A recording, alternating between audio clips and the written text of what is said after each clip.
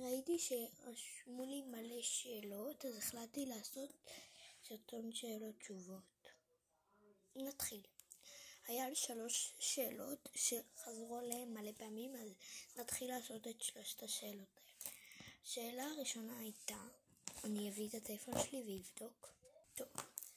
השאלה הראשונה הייתה אם אי פעם בעצם מישהו או מישהי או לא משנה הציעו לי להיפגש. עכשיו אני מדברת, שאלו על בת. מישהי הציע לי להיפגש ואני בעצם אמרתי לה שכן, אבל אחרי 5 דקות או 10 דקות או זה, אני קבעתי עם חברה אחרת. זה לא קרה לי, כי כאילו אם שואלים אותי אם אני רוצה להיפגש או שאני שואלת, לא משנה, אני עונה ואומרת אוקיי, ואנחנו נפגשות. אני לא הולכת ושואלת חברה אחרת, אלא אם כן היא אומרת לי שהיא לא יכולה להיפגש.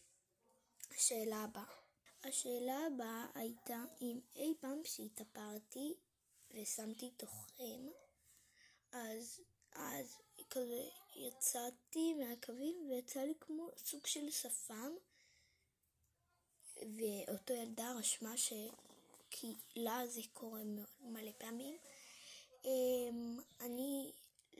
זה לא קרה לי, כי אני בקושי משתמשת עם תוכם, אבל זה קרה לי נראה לי פעם אחת שהלכתי לאירוע של חברה שלי, לא זוכרת מה היה, לא יודעת, משהו של חברה שלי, וכן שמתי תוכם וזה היה נורא, אבל לא נורא.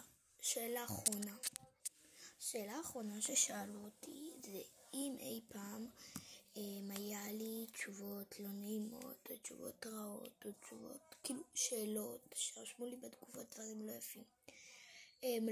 לא קרה לי, אבל לא קרה לי שרשמו לי דברים לא יפים, אבל לא קרה לי שרשמו לי דברים יפים, אבל כאילו לא קרה לי. מקווה שאהבתם.